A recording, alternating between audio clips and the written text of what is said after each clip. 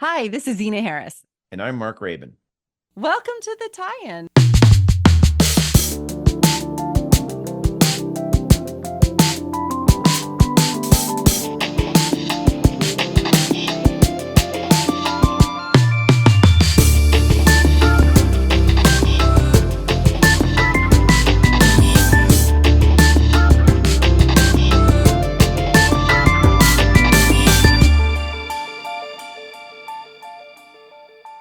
Hey, everybody, and welcome back to the tie-in. Carly Steiman is a Red Seal electrician, founder of Lady Electric, and the only Canadian woman to compete on CBS's Tough as Nails reality TV show.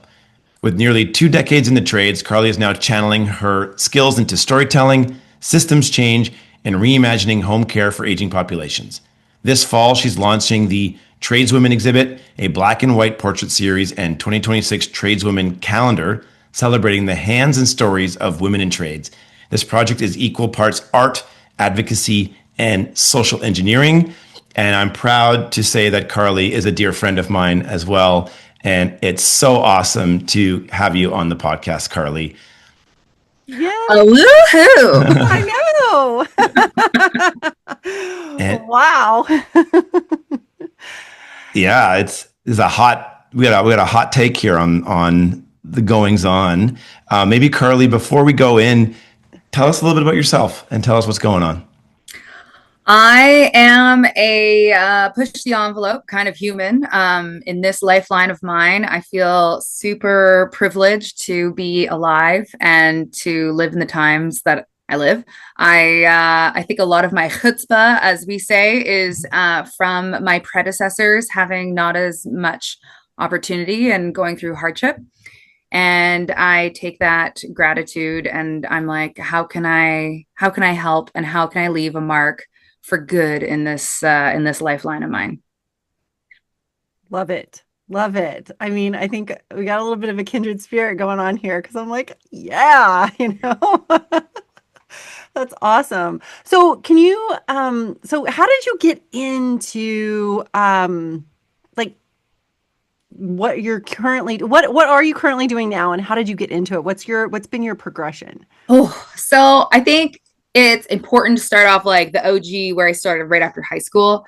Mhm. I was lucky enough to get a job doing residential service calls as an electrician. So at 17, I was going into people's homes. I recently was, watching MTV Cribs. So inspiration wise, I was like, oh, this is my own little MTV Cribs, but in the GTA, because I'm from Oakville, just outside of Toronto. And I fell in love. I loved helping people. I loved fixing things. And it was in trade school that I had, done a lot of acting and improv. And my trade school teacher was like, well, have you heard of like the film union? And I was like, oh, no, what is this? And he like unveiled the red curtain. And I was like, oh my gosh, this is so cool. So I applied for my permittee status IATSE 873 in Toronto. And I finally got the call, and it took a while to get in when you're on that permittee status. And luckily, I lived at home and I was doing electrical. So it was like I was okay. And I was a fourth year apprentice at the time. And I remember showing up to work, and Fast Eddie was the gaffer, and it was on the show Nikita. And I just like had a white bucket and my tool pouch, and I was like ready to work electrical. And he's like, yeah, you're not going to need that. And I was like, oh, okay. Well, what will I need? And he's like, your gloves for sure. And a wrench and needle nose. Yeah, I got into the world of film and I got swooped in like a tornado of magic and people and art. And I continued doing electrical, and then I fell in love with the lighting. And then I went to school for architectural lighting design at what's now called Centennial. I don't know. It's Ryerson University. I'm not too Mhm. familiar. Apologies. But yeah, architectural lighting design was so cool because it's like human factors in lighting, how to build homes based on like the sun path so that it's like the most efficient and different shading systems and glazing systems. And I just was like soaking it up. And then I knew I wanted to come back out west because I did a winter season in Whistler right after high school. And it was there that I experienced the joys of, adolescence and alchemy of alcohol, I guess, and whatever, partying. I had my And stint, and it was skiing. like, yeah, yeah. At the time, I was snowboarding. I grew up Right. skiing, and then I went to snowboarding, and then I was like I was a competitive snowboarder. I was doing like parks, and I was going jibbing, street rails. I was such a little gangster, wannabe, very wannabe. And then I went back to skiing like a few years ago. Anyways, it's like a whirl of my life. And yeah, moving out here, I applied for sister status with IATSE 891. And it took a while to get in again. Gosh, these things take Hmm. a while. Hey. And I got into set wiring. And so I worked building LEDs and working with the decorators and designers to, have these visions come to life with building light fixtures. And I did that for like 4 years and kind of climbed the ranks I was a lead set wire person on Snowpiercer with Gareth, friend. And it was so much fun. I just like we had crews of like 6 to 10 humans and all the time mostly men, and I got to be like the cheerleader of like let's work and have fun, and if we can leave early because life isn't all about working. But the film industry definitely trained me to have insane work ethic because like when I got in, I was doing shooting. I was on the shooting department, so it was like 13 16-hour days back to back. I slept in my truck or my car. I had a Chrysler Concorde 2002 um that I would sleep in like once or twice a week in Toronto at the stage because driving to Oakville, the 10-hour turnaround doesn't include Hmm. like, well, it includes like if you have to commute home for an hour and then an Right. hour and a, it's like, so I was like, oh, I'll just leave my car. Yeah. Yeah. And how many people did that? I mean, I can imagine like, folks lived on the other side of town, that would just be a better option than driving. Yeah. You know what? I could see that happening a lot in Toronto. I didn't like buddy up and make like a campground or anything. At the time I was a little bit like safety and like safe. Yeah, safety. I was like, Yeah. okay, if I'm gonna leave my car, it has to be safe. Right. Right. Ugh. Right. Yeah. So like you talk about the merging of art and trades, and that was your sort of background in the film business, into the lighting side, electrical, but also you mentioned sustainability in career, right, and working. I mean, sort of like how do you square those two things? So you're there sort of doing this creative art, you're creating these movies, everybody's loving, but you're also feeling that pressure in your career, and you're the only one of the only women as well, right? In these fields. So are you starting to see different trends or feel different things that you otherwise normally wouldn't be aware of if you're just sort of head down working? Because that takes you to the sort of the next stage of your evolution. Yeah, that's a wonderfully phrased question, Mark. Thank you. I love it because I think I've never been head down work all the time. I'm definitely like big picture impact, the experience. And working in film, like when I started my apprenticeship, like I would go to schools and talk once a month to Mm, classes or schools. It was kind of like just my cousin worked in Toronto at a school, and she's like, "Can you come do like a career day talk?" And I was like, "Oh my god, yeah!" And then I loved it so much, and like the little kids like reaching up with their arms, asking questions to me. I was like, "Oh my gosh, I love public speaking. Like I want to inspire them." So I've continued to do that. And then also like I was starting a new business that was kind of around the aging in place population and women in trades. And I realized that there's not enough women in trades. And mhm. I speak at BCITs, every electrical program that they have. I'll go and talk and tell them about, my life and how weird it is. And I kind of, yeah, I ran into the problem. There's not enough women in trades. And then there's fewer women in trade in residential that have their own business. And I was like, okay, enough. I kind of was just like, I want to do something about this. And with the launch of this business, I wanted to do a tradeswoman calendar. So back in 2011, I had this vision with like the story bar, the board, and I wanted to be like a Ridley Scott cinematic, just a beautiful photo shoot of like women in trades. And I just was like, oh, now's the time. So I ended up asking my friend Melissa Martin, who's a photographer, excellent photographer, to do the shoot. I shoot, but I think knowing production, the best productions delegate the right people for the right job. And I identify as the producer, creative director, and I found 19 Tradeswoman. I went on Facebook groups. I recruited. I was like a cheerleading recruiter of like women in trades. Let's go. And I kind of took it to the next level. Like I would be on streets in Vancouver, and if I saw a woman in a hard hat or like steel toe boots or like look a little dirty, I'd be like, "Hey, what's your name? Like, what do you do?" And it was crazy because it's like a lot of women haven't met a lot of women in trades.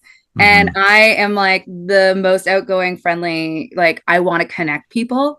And so I did this calendar, and I was like, oh, the intersectionality of like construction, women, art, a studio. I was like, this is my world. And this needs to be more. So I applied to 3 different art galleries in Vancouver, and I got accepted into Gallery 881. John Goldsmith, amazing like community endeavor of like arts. Gosh. And I was like, cool. Oh, like first I was like, I'm gonna apply. And then I got accepted, and then I realized like what's involved. And I was like, oh, this is like a business because it costs quite a bit of money to have an Mm-hmm. exhibition. So Right. then it was like I had about 9 months run up time, and it airs or it exhibits October 17th to November 1st. Okay. And great 2025. 2025. Yeah, it's Okay, this so this fall. hasn't happened yet. Hasn't happened yet. You still Yeah. got time. And also the calendars are for 2026. So you still have time. And I'm just kind of this grassroots initiative, lemonade stand woman, electrician, trying to do her part in an industry that needs more people at the end of the day. And so I'm really wanting these images. They're all black and white. We did close ups, we did portraits, and we got the women not to smile because it represents like the antithesis when someone tells a woman to smile and women just get like, don't ever tell a woman to do that. And then we did close up of hands holding tools in these like dominant ways and then these like suggestive ways. And we're like, oh, whoa, this is a whole new market. And Yeah. I got really excited. And so I'm like super pumped about the calendars. I'm asking construction leaders to, have that for like their holiday gift. And it's been really exciting. And I feel like now with the art, and I'm now kind of like getting in the industry in a way that's a little bit on the political side and the advocacy side. And it really celebrates my personality in a way where I'm like, oh, I can do this. And I'm like talking, I want to get these images in bus stops and airports. And because I want young girls and young kids and all genders to be able to look at something and go, oh, that's cool. And Mhm. I think the trend of conversation is, yeah, workforce. Everyone's kind of short for workers. And I'm like, what can I do that's like original and Carlyism? And I think just like having the seed of hope or inspiration or curiosity into young minds, and also like middle-aged people who are tired of working their corporate job and want to like exercise like something different and something with their hands and like nurture compatibility or competency. Yeah, human competency. Oh my gosh. And analog. Oh, Mhm. wow, that was a ramble. Thank you. Mhm. Yeah. Well, because we're talking about it, can we see an image or two? Like I'm super excited. And my follow-up question is, are these tradeswomen like only like film and TV oriented, or this is just like across the board in lots of different facets of work? It is across the board. Oh, cool. Yeah, I got rope access technicians that have also worked in film, grips, electrics, electricians, welders, plumbers, epoxy floor layers. So not all necessarily red seal trades, because if it was just red seal trades, also we'd have chefs in there too. True. Um, and that's a possibility. Like this is just like the first iteration of something creative and powerful, and the possibilities are endless. And I'm going to share my screen now. What I'm showing is the close up of hands, and they're in black and white, and we have it super contrast exposed. In this photo, it's me. I'm holding BX. BX is a metallic sheath cable.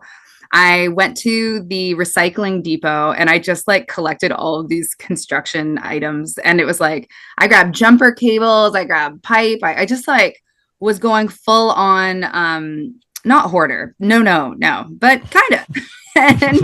And we have, yeah, channel locks with Well, like they're kind of the real life props. real life Yeah. props. And we got like some playful things and we got close-ups and then I wanted to show the portraits of the women, but that's okay for now. Just time. Yeah. Little teaser. Little teaser and then the exhibition's gonna have like 9 events in the 2 weeks. We're doing like an industry mixer for construction leaders. Right now, I'm like getting sponsorship because I want to have a sponsorship board. And then what I'm going to have, and I'm really excited about it, it's called Trade Curious Board. And I want to have like all of the companies that like believe in, this have a QR code with the different job opportunities in at their company. And so I have people that are going to be coming in, like community members, my client list, doing residential. And then I'm talking to the school board about bringing grade 11s and 12s to do Mm. field trips during the daytime because art galleries aren't as active, during the daytime necessarily. Yeah. And so I see that as opportunity. I'm like, what market can we get eyes on these images and students, like And grade 11s, 12s, let's get them seeing this. Yeah. yeah. And Sparking you would think, conversation. yeah, totally. And you would think like this should be a no-brainer for all types of different tool manufacturers and other folks that are involved in either directly in the trades or supporting the trades. Because this is, I mean, almost like an untapped wellspring of creativity and a market where, yeah, we need folks to join the workforce and we need tradeswomen to join. And so part of this is like, how do we work together as a collective community, right? Because you've got all the tool manufacturers, the construction companies, the unions, right? It seems like you're kind of hitting this like sweet spot that's bringing all of these other groups together. Yeah, thanks. I like being the conductor of connections. So when people are like, "Hey, do you know someone?" I tend to know someone. And I'm like, "Okay, I want to do something that actually helps the flow path of Mhm. traffic from trade curious people to like what's the next step." So we'll have BCIT's like intro foundations course. They'll be in there. True University, there's different organizations that are doing like workshops. And then we're also doing a workshop. I don't know if you've heard of Bad Academy, but they're here in Amanda Cow. She's here in Vancouver, and she does a bunch of workshops for women to like just be empowered with different skills. And we've been talking about doing a home maintenance 101 for a few years.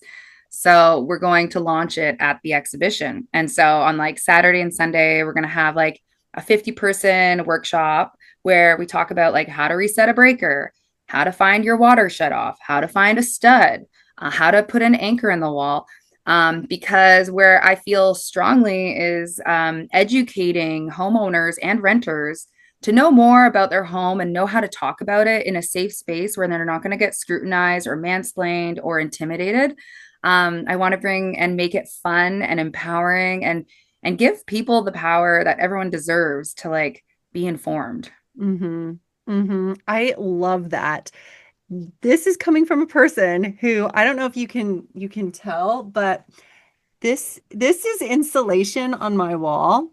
I am literally like redoing, like finishing our basement, and it has been like YouTube Central at my house, like teaching myself how to do things. And I get excited about tools, and I'm like telling my husband, like, we got to go buy this tool. Like, I keep seeing it on all these videos, and I need this tool. And he's like, oh my gosh. And then I found a gym in my town. It's the tool library where you can actually go Oh, just check out various tools, and it's free, and you have just a membership, a library. It's your library membership. And I have gotten like whoa. saws and stuff for the yard and like all sorts of things. I mean, I'm like loving the tool library initiative and that it's Hmm. free.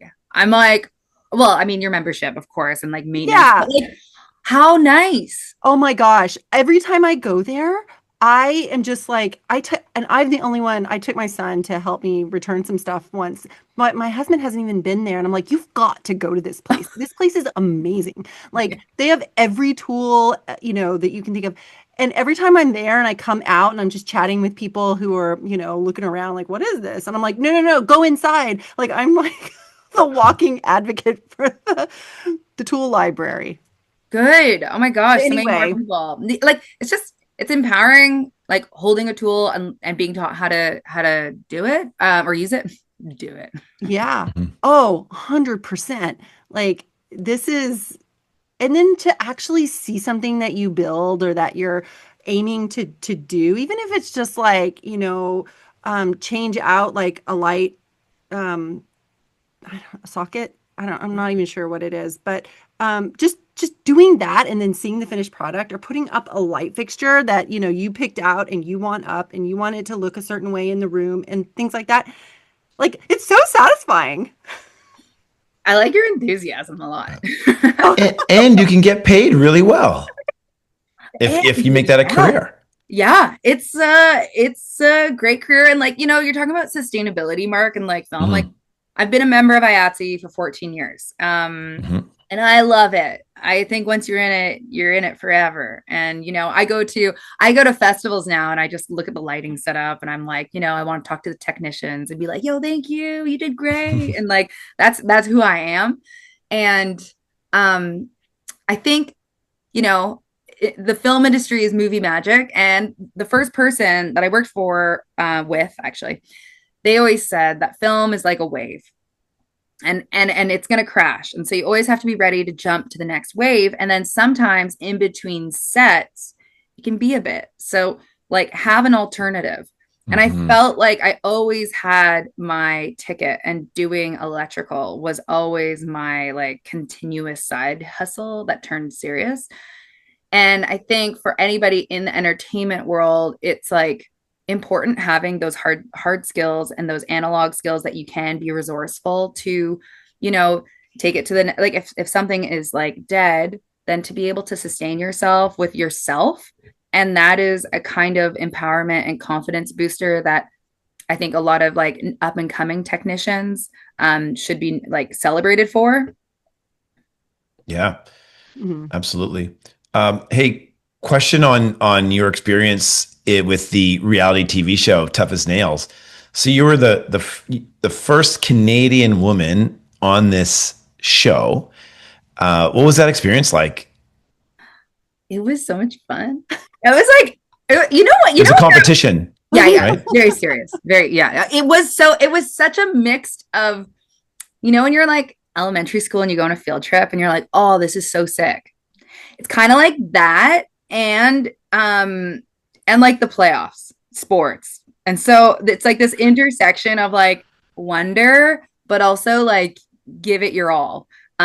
We shot it in Hamilton, Ontario in July, and it was so hot. It was just like sticky Yeah. and hot and thick and hot all the time.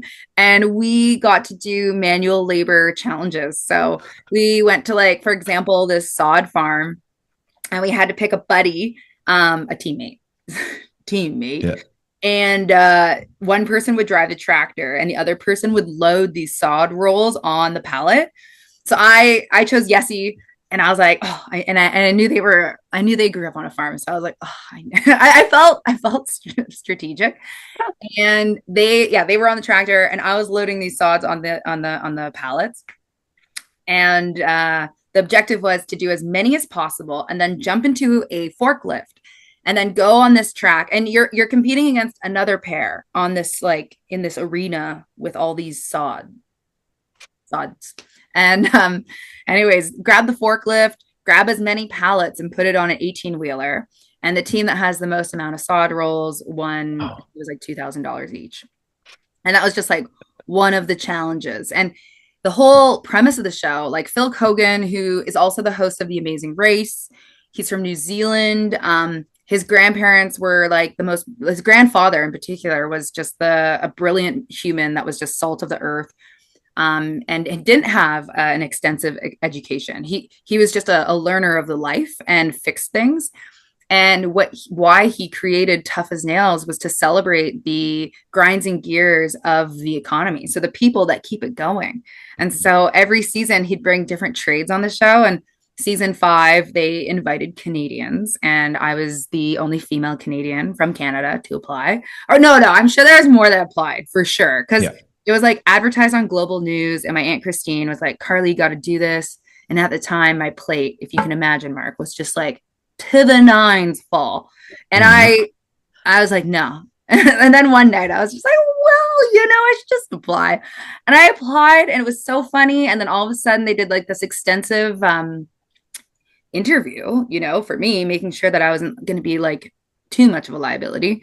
And I got like a psych evaluation for 3 hours. Oh, I wow. had to do like blood work twice. Wow. There's a lot. And I made some really amazing friends. And it was so funny because having worked in film in Toronto, some of the crew members, like we had mutual friends. And I was like, oh, family. So I got to be, I think the biggest awesome experience about that was like that I could be my fullest, exuberant, goofy, silly self that is so capable and effective and dialed. Oh, I love being a secret weapon. Like I'm almost unassuming. So when there's tasks, like I'm very focused and efficient.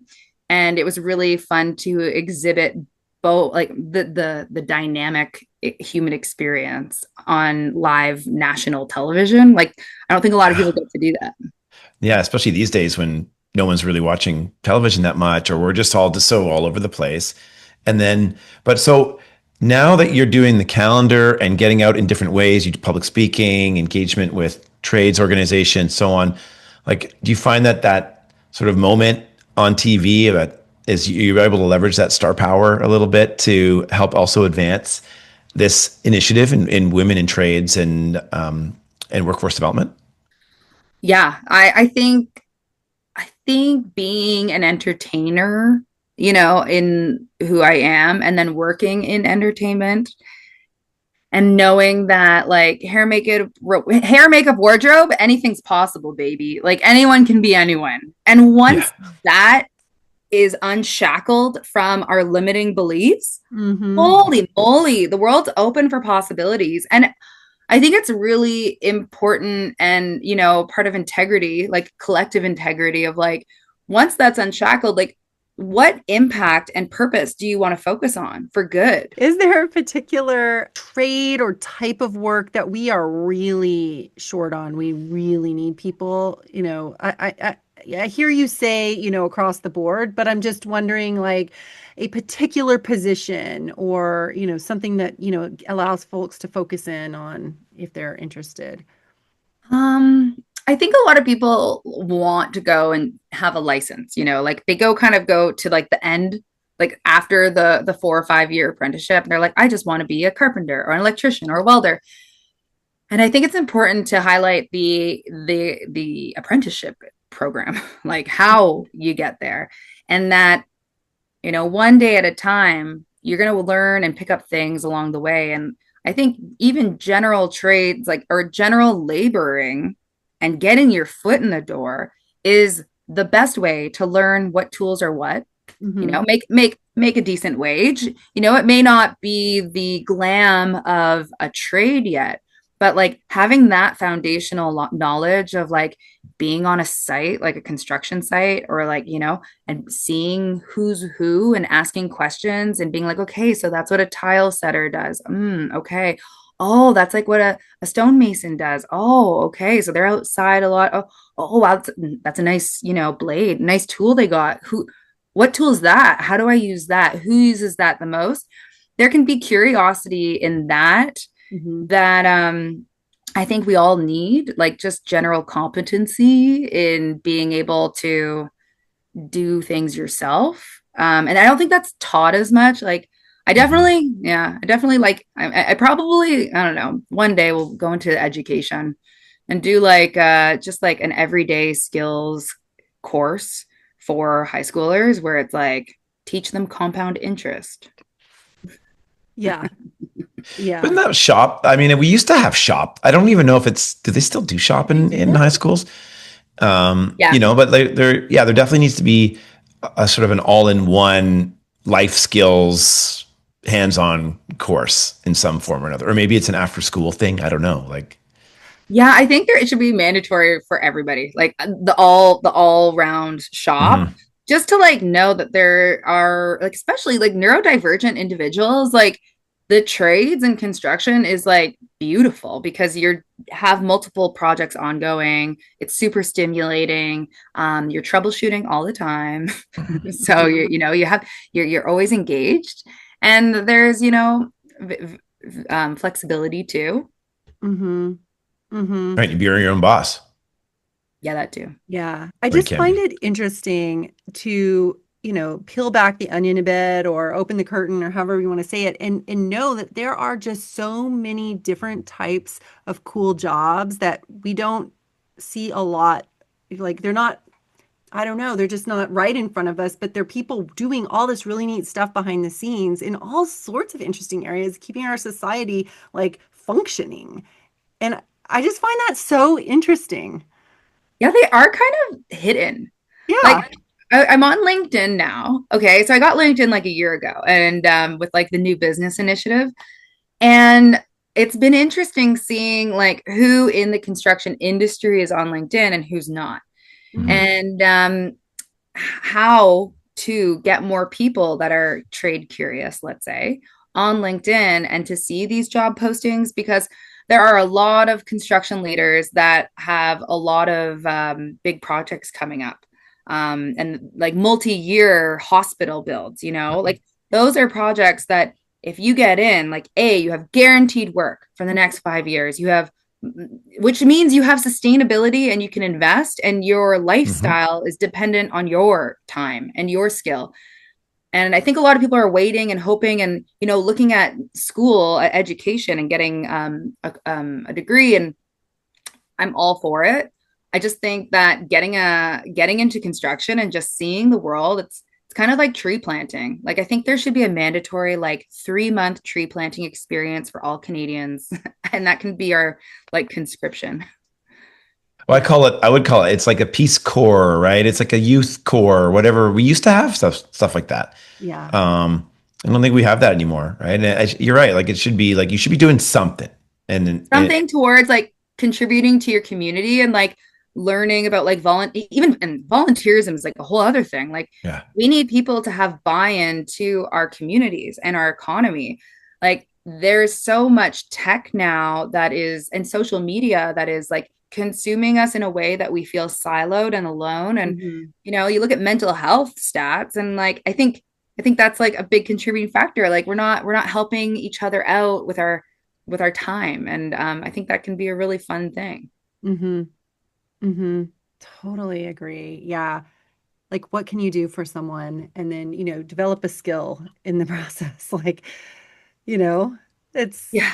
It's, I'm like, I kind of want to like segue quickly a little, like we're focusing on the Tradeswoman exhibit initiative. And like, I think that's like very exciting for me right now. Mhm. But when you're talking about like, what are ways that we can help our community and like, and work like so the new company that I'm working on is called WorkBee, and it's to support the aging in place population Mhm. and allowing them, it's a home maintenance agency. So we take care of their home for them, and they can live independently longer.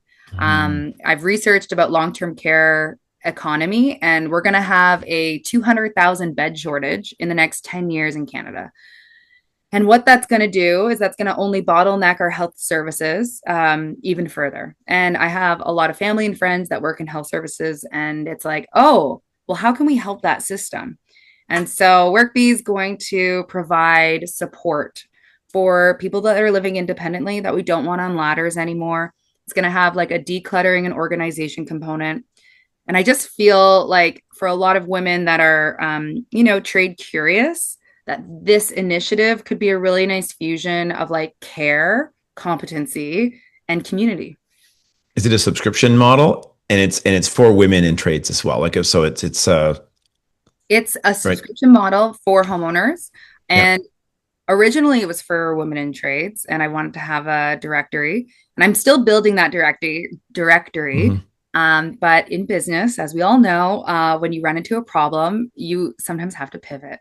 And not having enough women in trades and not enough entrepreneurs doing residential, it's made me pivot just to vet caring and competent individuals Hmm. that aren't necessarily like red seal, like ticketed, but are experienced and can help. We need to put handrails and tripping Yeah. hazards for people. You Hmm. don't need to have a ticket for that. No. Oh, like they need to change their filter and their furnace. You don't necessarily need to have a ticket for that. Yeah. And I just want to highlight and expose a demographic that is underserved, under-resourced, and then also job opportunities for people because we have a gap. And I feel really passionate. I love old people. Oh my God. I love people. I love people. I love their stories. And I'm like, hey, do you need help? Yeah. Okay, great. And then I feel good. And I'm like, how can that be contagious and But help but the people get? folks are verified, right? I think that's part of the, if I understand work be Yes. like what it is you're actually, because someone who's maybe senior who needs help might be a little bit afraid to have a random dude or a random person just show up in their house. They don't know, they might feel vulnerable, right? So I think from what I'm hearing, it's like there's some sort of like a way that you're validating and verifying that they're going to go in and they're going to get the service, right? That they want, and feel safe. Oh, There's yeah. probably a safety element there to it, The safety. Yeah, Mark, you hit the and not nail. taken advantage of, right? Oh yeah, yeah, yeah, yeah. And just like what that looks like is like me having an onboarding program for different providers. And so that kind of infrastructure is that's not right now because seed funding is a whole other beast that Hmm. I will be getting into after the exhibition. Just because, but I'm gonna have my pilot for next summer. So from May to October, I'm gonna pick like 10, I don't know, but there's demand. So Hmm. I'm going to pick as many as I can sustain, and I'm going to do a pilot program, and I'm going to see, the different tiers. I'm going to get their feedback. I'm going to onboard people and make sure that they have similar values to me, that they're kind, that they're patient, and that they like people. Like there's so many Yeah. people that are doing residential service calls and they don't like people, and I'm like, this doesn't this doesn't work. Yeah. Doesn't Yeah. jive. I love it. It almost sounds like eventually you just need to open up your own North American training institute down the road. Oh my gosh, yeah. Oh, that would be cool. I think thank you. Don't That's a good idea, Mark. And another reality show In a starring YouTube Carly channel Steiman. because I'm Yeah. subscribing to all the ones that Yeah. usually I do the women oriented because Okay. I'm That's a like, cool one. let's just add, Yeah. some support. But yeah. Or a resource page on your website that links all the proper YouTube channels that are, women oriented. That's a really good idea. Yeah. On my Instagram, I've been doing like I guess in the spring I was doing this when I had a little bit more time. Right now it's like crunch time in the most beautiful way for multiple reasons. But I was doing a lot of the rewiring light fixtures on Instagram live videos. Gosh, it was so much fun. I was like fixing, doing what I do, and then people would sign on. I'd be like, "Oh my God, hey Stacy, what's going on?" And it'd be like this social party of, I guess, me fixing. But like, I think I got out of it more than the viewers. But people were liking it, and people were like, "Oh my gosh, Yeah. can we see more light fixtures?" And I'm like, "Okay, this is a It's a little YouTube market." channel. I am telling you, there's I don't know if it's just because now it's in my algorithm or whatever, but I'm just getting lots of fun stuff. People remaking furniture, people, focusing on, certain things, certain skills, and I am loving it. I Zena's like your the audience. algorithm. Sorry, I go My ahead. Sorry, what? algorithm. was gonna say, Zena's your audience. I am. I will subscribe. I think once this demographics kind of supported, I think that's when I'll lean into just like the entertaining Hmm. playfulness. I've applied to TELUS Story Hive for a video grant to do like the stories of homeowners, the seniors that are like, who are they? And I think I just feel so strongly to not forget like what the greatest generation, so to speak, who like fought for us and our freedoms at that time, you know, willingly. And so many did not make it back from Mm-hmm. World War II, you know, and like they are the ones that deserve our attention and our care. And I'm like, okay, I'm gonna take care of them first. Well, first the calendar, and then Yeah. the exhibition, and Yeah. then aging in place demographics, and then maybe YouTube. Yeah, Yeah, fixing lights. This is the roadmap. You're gonna need a whole team I know. of people. So this is a production team. This is where Oh, your experience in film and entertainment come in and what we're talking about. So if any listeners out there want to jump on to Carly's team, this is the opportunity. yes. Hey, that's actually so much fun. Yeah, Yeah. we Yeah. can call ourselves a fun name, and we'll have like monthly parties. And I'm do you really think good at incentive. Like incentive, Yeah. I'm like, oh, we can have fun and work and grow. It's like a win-win. Hey, Mhm. thanks for these ideas, you two. I love Oh it. my We're gosh. just we're I just feel like jamming. we're like, and you could do this, and you could do this. And Yeah. it's just so exciting. Yeah. And also like this is in Canada. I mean, look at the US. The US has got 10 times more people and there's the same, if not more opportunity. So I like, yeah, if anybody's listening in the US, get in touch with Carly. Hmm. Yeah, well, we have a prototype for WorkBee. So I have Yeah. that. I just have to enact the pilot to get my numbers for investors. But I already have numbers. Like I have a wait list of 500 people. So it's Wow. like Wow. I know. And it's like my clientele of being Lady Electric has already me in this demographic and I have that reputation and everyone that I've been going to and doing electrical work for, I tell them about WorkBee and they're like, "Oh, can you do that for me? Like me and my partner are working full time with kids and we can't keep up with our house chores." And I'm like, "Yes, but first, this demographic." So yeah, the prototype's cool with like different the subscription models and the scalability. Yes, I want people to be able to like help their parents that live across the country Hmm. and who wish that they could be there to, you know, help their parents with simple tasks, but they're not. So how do they get a trusted you know, program tech to do that? Yeah. Amazing. Super cool. Super Yeah. cool. Okay. Hey, Carly, go ahead. Go ahead. No, you I was gonna go. say what I was gonna say. So look, we're on the home stretch here, and I was gonna say like, what advice do you have then for both women who are looking to get in trades, but also anybody really who's looking to get in trades, or just any Carlyism life advice here? Because I got a feeling there's probably a lot in there. Not to put you on the spot, but we're putting you on the spot. You know what? I just went and picked something up from a store and I saw this. So my eyes are always open for messages from the universe. I'm a bit woo woo. Okay, all right, guys, it's okay. I will admit it.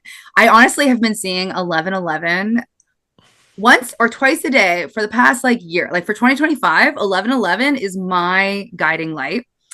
And I read this quote today, and it's like, an artist is not paid for their labor, but for their vision.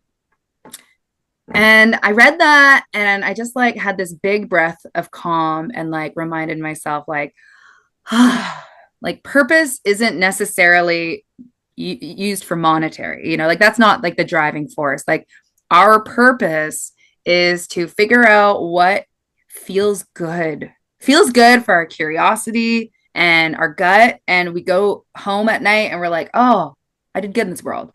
And so anybody that's wanting to, you know, do their part, figure out whatever weird hobby you love.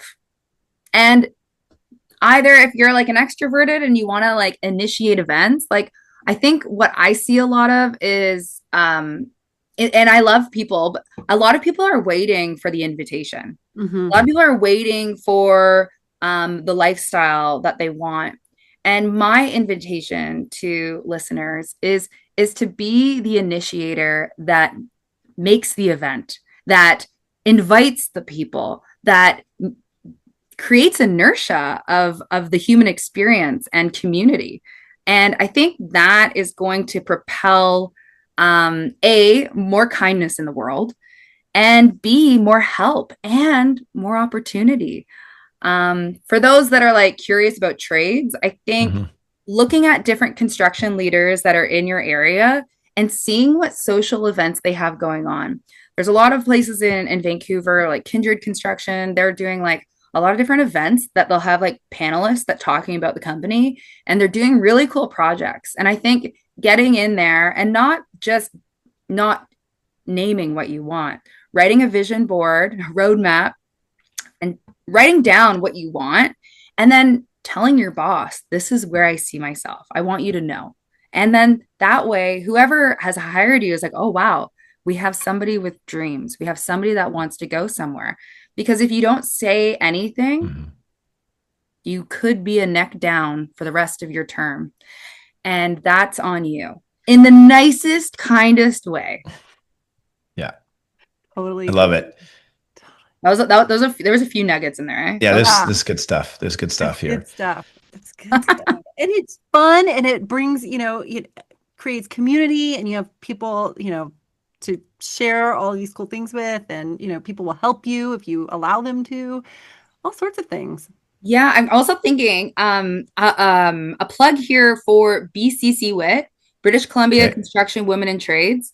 They're a federal funded, like a nonprofit, and they run programs, like free programs for people that are trade curious. So there's like a carpentry, it's like a 6 week program, carpentry program, free, Nice. fully funded.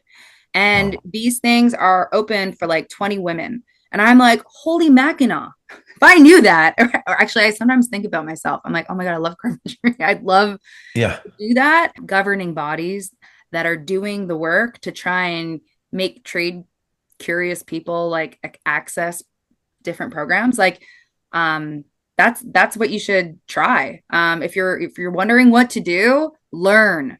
If you're in a point of life of being in a dark, bottomless pit, which we all kind of get to, my invitation of lightness is learn, education, And grow your mind movement.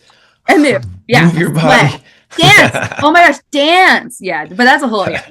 We love to dance. I love it. I love it. Carly, this has been so much fun. How can people find you, get a hold of you, and a little bit, get a hold of you as well for sponsorship, for the calendar? Just, where do people get a hold of you, and when is this gallery happening in Vancouver? And you're probably going to take it on the road, I'm assuming, and inspirationally talk to folks along the way. So just Oh my give God, the us how people rundown. can get a hold of it. Yeah. Well, be my friend. I Instagram is a great way to get me. Lady Electric underscore, that's my business. I do lighting consulting residential and I do virtual consultancy. So if you want to see me from far away, you can. And the tradeswomanexhibit.com, that is the website that's going to have all the information for sponsorship, for bulk ordering your calendars, for holiday gifts. And then LinkedIn, I have Carly Steiman, Steiman. And then what I wanted to say is, yeah, gallery exhibition tour. So I have it at That's Gallery 2026. 2026. Like, I Yeah. want to take this on the road. Like, my big vision, I'm like, oh, because we rock and roll tours. I've done a lot of different things in entertainment. Not everything, not yet. But I saw this tradeswoman exhibit, like going across Canada, an 8 stop tour, 10 women every city. Yeah. I pitched it. I did, it's like I got my deliverables. Yeah, I put the shooting schedule. It was going to be a 26 day shooting schedule, me and a shooter. And then I was going to do the exhibition tour. So I was going to line up gallery exhibitions in like these major cities in Canada and pretty much have parties. And Yeah. it's parties because it's like fusing art, which is creative, human, like joy, with construction and like capable women and also like advocacy. And so I'm talking to a gallery in Toronto, but any listeners in Yeah. the intersectionality of these things that want to help, come on board. I'm like literally pushing up this mountain of a mountain, up a mountain all on my own. And I have a lot of inertia and enthusiasm. And I'm also a social creature. So I accept help and, ideas and collaborations. So, yes. Yeah. The answer is yes. Yes. Yes. Thank you for asking that. That's awesome. Perfect. Very cool. Well, I hope this has helped inspire some folks and get more curiosity out there and get folks, thinking about what they can do to help the community, help other people. So, thank you for Yeah, that. thank you. And if anybody's listening and wants to have a entertaining, educated, badass public speaker come to their events, I'm your girl. I will not disappoint, and we'll laugh along the way probably. Yeah. Any principals out there in high school, this is what we need. That's right. Yeah. That's You right. need Carly. Carly. Just Awesome.